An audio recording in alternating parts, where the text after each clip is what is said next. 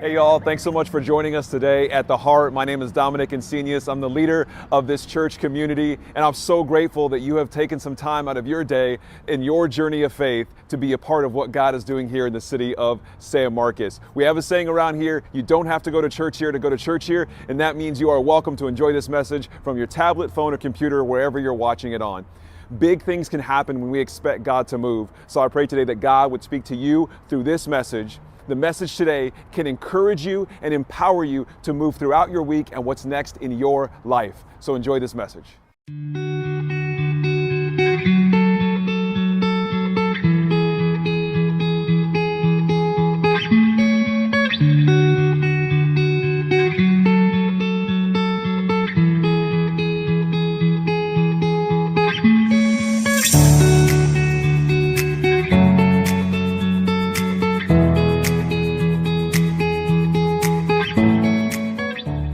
Wrapping up a message series today called The Inconvenience of Connection.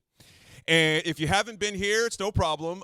You can catch up on the message series and everything else we have on the podcast, as well as YouTube if it's something you want to go check out. But in this series, what we've done is we've taken a few weeks to talk about this idea of how connection, real connection, okay, meaningful, valuable connection is inconvenient.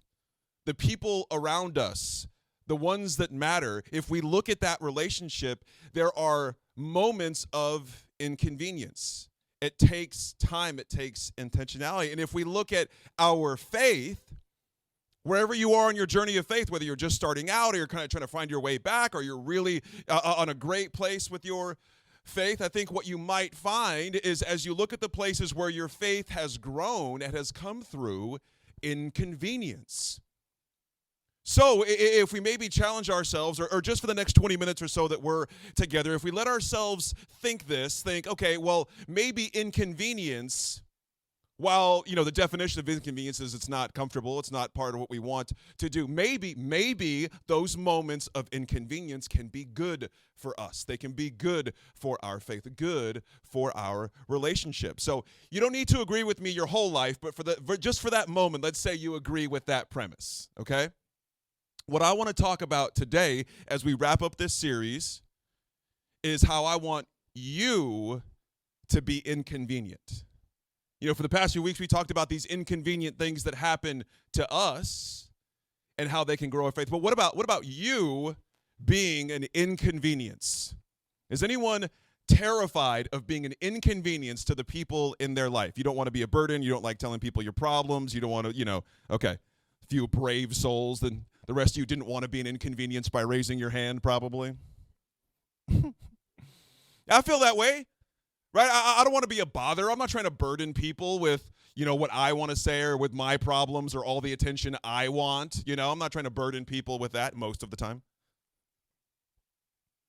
But what if we, at least for the rest of the time we're here today, kind of jumped on this premise of when you are inconvenient to the people around you, can it grow your faith? Can it grow their faith?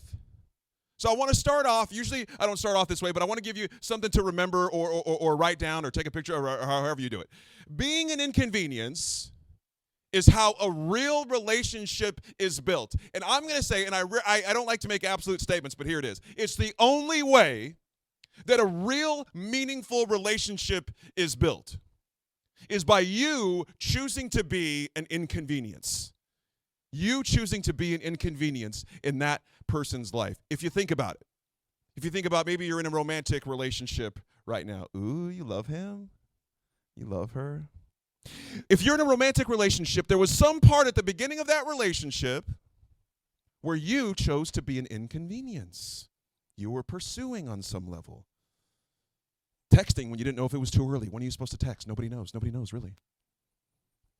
Calling when you didn't know if you were supposed to call. Sending a message, sending 10 memes a day, 20 memes a day, whatever your record is. There's a little bit of an inconvenience that you were. And you know why you chose to be an inconvenience in that romantic relationship is because, and it's okay if you're not in a romantic relationship, you've seen movies, so just try to stay along with me here. It's because that relationship mattered to you. There was something there that was worth you taking the risk. We talked about taking a risk in week 1 of this series. There was something there that you deemed worthy of taking a risk for that connection and saying, I am going to be inconvenient. I'm going to be inconvenient to this person because they matter to me. There is something here that matters to me, so I am going to be an inconvenience. That's one of the hardest things to do, is to choose to be an inconvenience. So maybe it's not a romantic relationship. Maybe it's a strong friendship that you have. Maybe for you, it's your relationship with God. I know not everybody thinks the way I do, but there have been times in my life where I feel that I am an inconvenience to God, right? I would hear when I would go to church, people would say, well, if you have a problem, just pray, just pray to God. God wants to hear your prayers. And I'm like, God wants to hear about all of my problems, all of them? Should I just save like the big ones because he's busy? I don't know why I think God's always so busy. I really do think that, though. And so I would think like, well, I'm not trying to be an inconvenience. I mean, God has so many other things to worry about, and there's so many other people that are worse off than me, and there's so many other problems in the world. I'm not trying to be an inconvenience. Sorry to be a bother. And maybe you feel that way sometimes, and maybe you don't. That's okay. But as I look at my journey of faith, as I look at the places where my faith has grown, I see areas, moments, eras of inconvenience where things did not go my way, where I really needed help in my faith, right? I really needed hope. And sometimes I would get to this point of desperation where it wouldn't matter to me if God was busy. Do you see what I'm saying? It wouldn't matter to me if God was busy doing other things because I really needed something from him. I really needed hope, right? I really needed love. I really needed to be reminded that I was seen and known and loved. And in those times, I chose to be an inconvenience to God. And whether God thinks I'm inconvenient or not is not the point. Do you see what I'm saying? It doesn't matter if someone thinks you're inconvenient or not, because that's never your perspective. It's what they think. Your perspective is what you are thinking. And so no matter if someone loves you or not, wants you to bother them or not, or is busy or not, that's not up to you. It's up to you to choose to be inconvenient if that relationship matters to you. It's up to you to choose to be inconvenient if you want your faith to grow. We can see this in all areas of our life. And so I want to read a particular verse this morning out of the book of Mark. And it's I always like stories that, if you're not familiar with the Bible, that's okay. I'm going to walk you through what we read here. But there's 4 Gospels, okay? Matthew, Mark, Luke, and John. And these are kind of the accounts of Jesus when he was on earth and some of the things he did and the people that he talked to and some of the miracles that he was a part of and his teachings and this kind of thing, okay? And each of the 4 stories, the 4 accounts, some of them have overlapping stories, some of them told in slightly different ways. And so we kind of get these different perspectives of the same event. Now, this particular story I'm going to read here shows up in a few other Gospels. I think it's also in Matthew and also in Luke. But we're going to read it out of Mark. Okay, so we're going to read the book of Mark, and we're going to read chapter 5. Now, I want to set up the story, so I'm going to read a little bit of it to you, and then we'll jump into verse 32 here in a bit. But I'm going to read starting from verse 21. This is a fun story.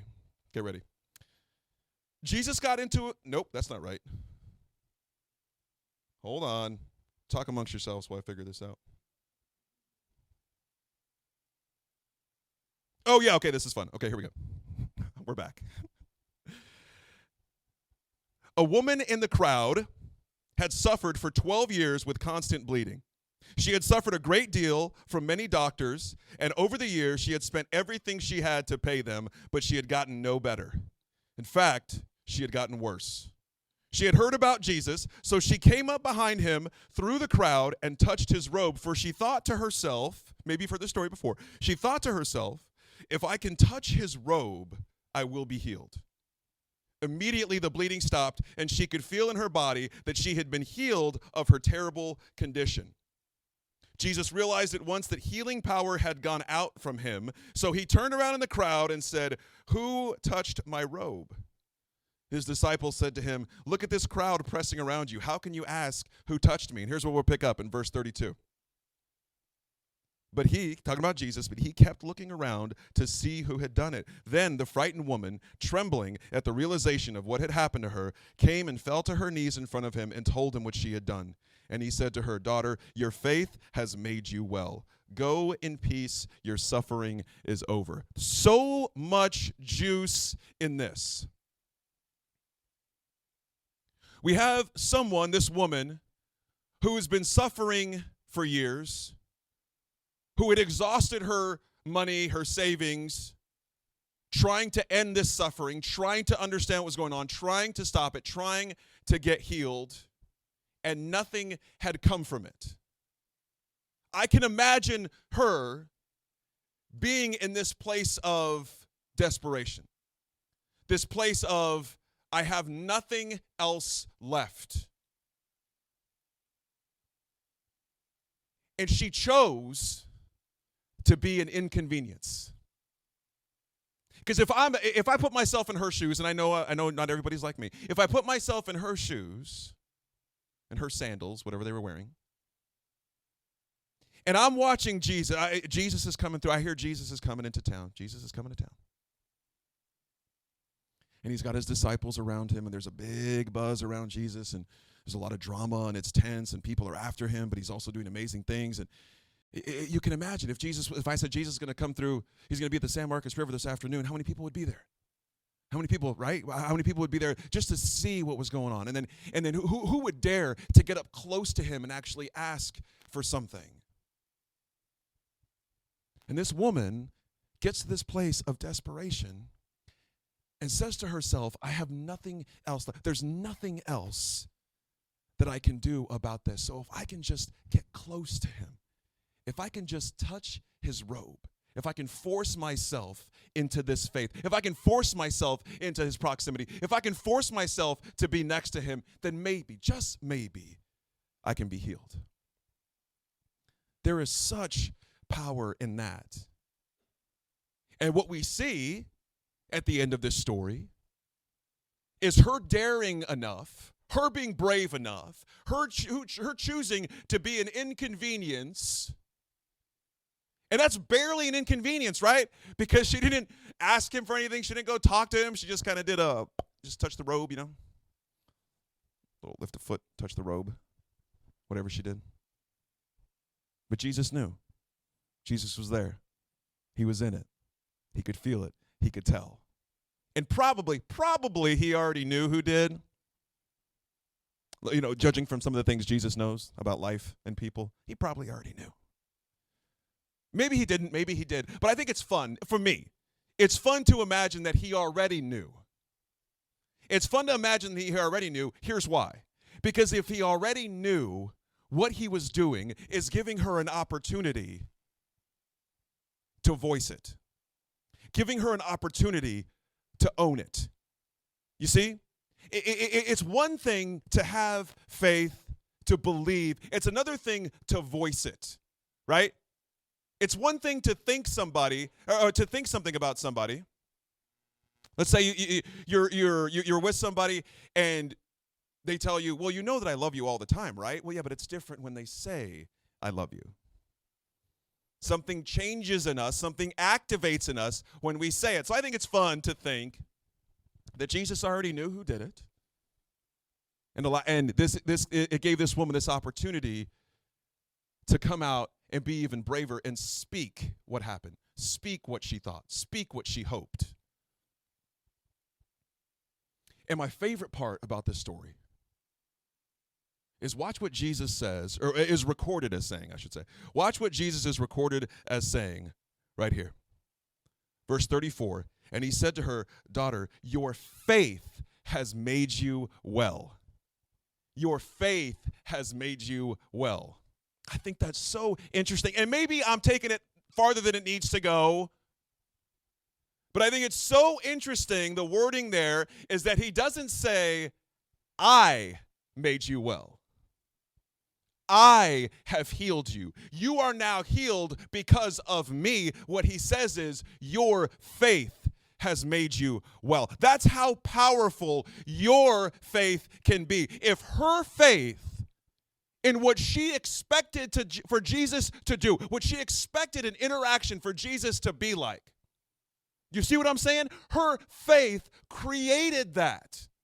Her choosing to be an inconvenience and push herself through the crowd and dare to take Jesus' healing power without even asking him, that faith healed her. It says so right here. Jesus said, your faith has healed you. It's one of my favorite stories in the Bible. You know, I talk a lot about the kind of faith that God gives us. It's a very empowering faith.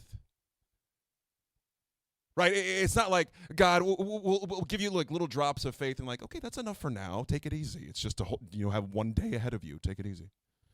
That's not the kind of faith that God gives out.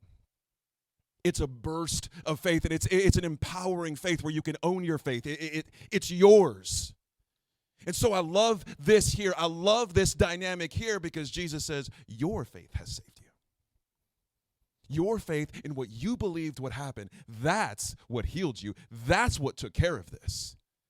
And it's almost like he's like, I'm just happy to be a part of it.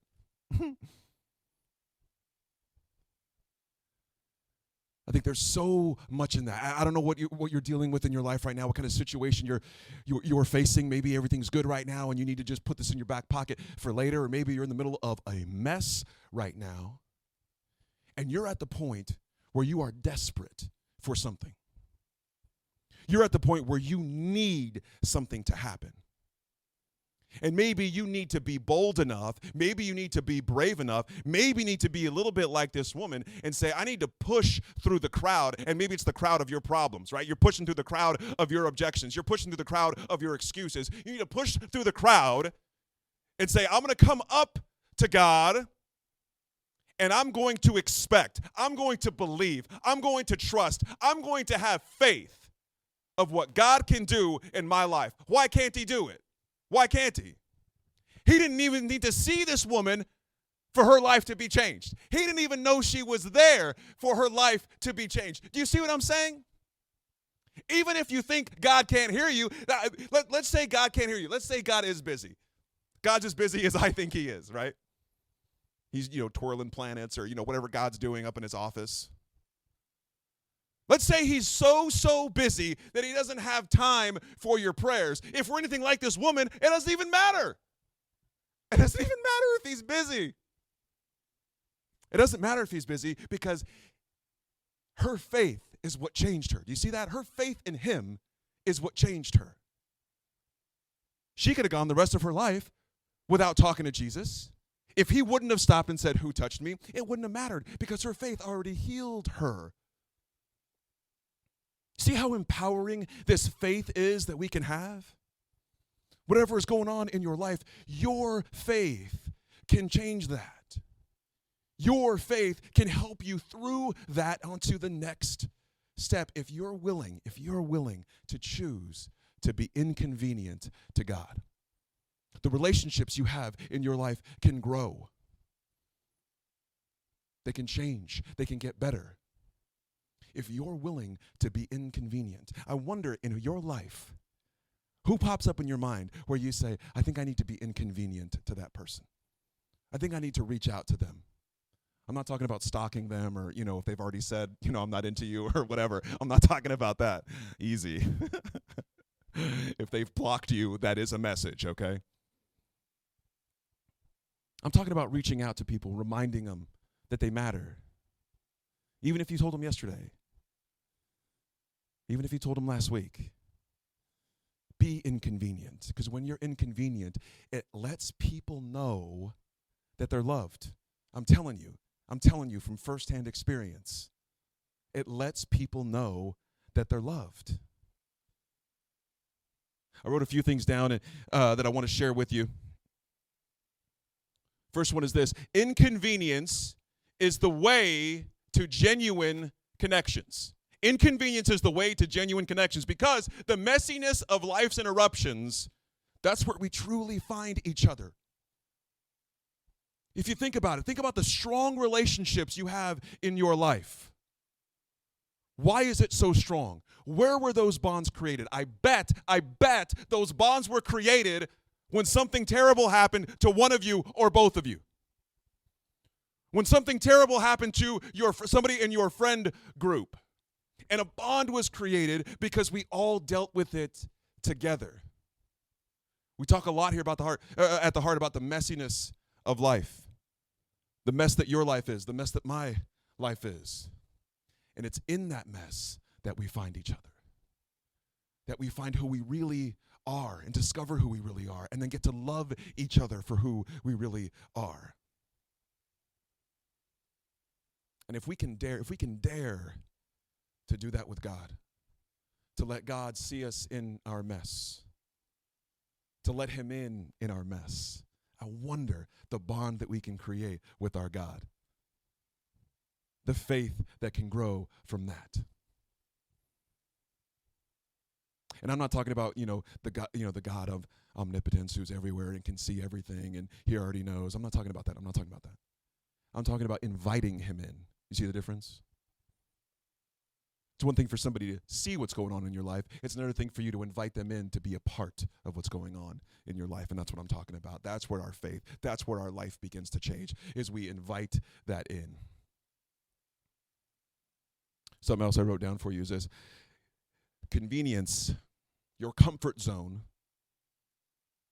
Okay, convenience may bring us together momentarily. It will. Your comfort zone helps you to feel, anybody guess? Comfortable. So convenience may bring us together momentarily, but it's through inconvenience that we learn to truly stand by and with one another. Life is not built and grown when things are easy. Those things are fun and those memories are great. I'm not saying that we shouldn't have good times and let's just all have bad times so we can get stronger together. But if we think about the moments in our faith journey that we have grown, the moments in our relationships that have grown, that inconvenience is what powers those things. That's why I want you to be inconvenient. I want you to be inconvenient to God. I want you to be inconvenient to the people that you love. And it's going to take you pushing past the fear of being a burden. Absolutely. It's going to take you choosing to look past the fear of being a bother. Definitely. But is the relationship worth it? Is that love worth it? Is that faith worth it? I think it is. Last thing I wrote down for you is this: a convenient faith might make you feel good, but an inconvenient faith prepares you for the ups and downs of life. And and I want to feel happy and comfortable and safe and good as much as anybody else. So most of the time, I'm really looking forward to a convenient day, right? I hope this next interaction with this person is super convenient for me. I hope this thing that I'm praying to God about just comes out really convenient for what I want. It's what a prayer is praying for what you want God to do, what you want to experience. But an inconvenient faith, a faith that makes you question, a faith that makes you search, a faith that challenges you, that prepares you for the highs and the lows. And I'm not trying to speak evil over your life, right? I'm not trying to say there's bad days ahead, but there are going to be bad days ahead. There are going to be sad days ahead. There are going to be days when you feel unseen, when you feel unloved. There's going to be days where you're tired and exhausted. You don't have time to pray. You don't have time to beat inconvenience. You don't have time to reach out to people because you got your own problems. Am I right? So in those times, wouldn't it be nice? In those times, wouldn't it be powerful? Wouldn't it be empowering if we had a faith that could carry us not just through the best of times, not just through the highs, not just when life is convenient and life is gravy. What if we had a faith that could carry us through the lowest of times, so in our darkest times? That's the kind of faith we can be empowered to have. That's the kind of faith I see in this woman here. In this woman who walks boldly to Jesus. And you could probably make an argument that there was nothing bold in it, right? She didn't ask it. She didn't talk to him. She didn't beg him to be healed. But I love the faith of, I don't need Jesus to say anything. I don't need God to do anything. I don't need God to put a sign out in the clouds, in the universe, or in my cereal. I don't need God to. I'm just going to trust that if I can get close to him, I'll be healed. If I can get close to him, I'll be okay. If I can get close to him, then I can move forward in my life. And what we see is that's exactly what got to happen. It's because she was brave enough to get close, because she was brave enough to push through. Not only does she get healed, but she gets to find out that it was her faith, her boldness, her choice to be inconvenient that made it all happen. If you could, I want you to close your eyes for a moment and bow your heads. I want to pray for you this morning. And I want to challenge you. Not every week I challenge you, but today I want to. I want to challenge you, if you so dare, to be an inconvenience this week. Maybe for you it's going to be you want to be an inconvenience to somebody in your life. You want to remind them that they're loved, remind them that they're seen. Or maybe for you this week you need to be an inconvenience to God. And quit not quite praying for that thing that you want, not quite praying for that thing you need, and just be bold and be an inconvenience. So with all of your eyes closed and your heads bowed, if you're going to choose to be an inconvenience this week, on the count of 3, I want you to raise your hand. 1, 2, 3. Put your hand up real quick. Okay, put it down. Let's pray. God, we are so grateful for who you are, for what you have done. We're grateful for the empowered faith that we have, that we're able to step into. I pray this week that we would be bold, that we would have courage when we choose to be inconvenient. You'd help us to push past our fear of being a bother, push past our fear of being a burden. And we would take a chance to grow our faith, take a chance to grow love, take a chance to heal. So we love you, and we pray that in your name. Amen. Y'all, thanks so much for joining us today at The Heart. To find out what is next for you in your journey of faith, I want to invite you to go to theheart.church/next, see what's in store for you, get in touch with us. We would love to be able to connect with you and see how we can partner with you in your journey. I hope you have a great rest of your week, and we'll see you soon.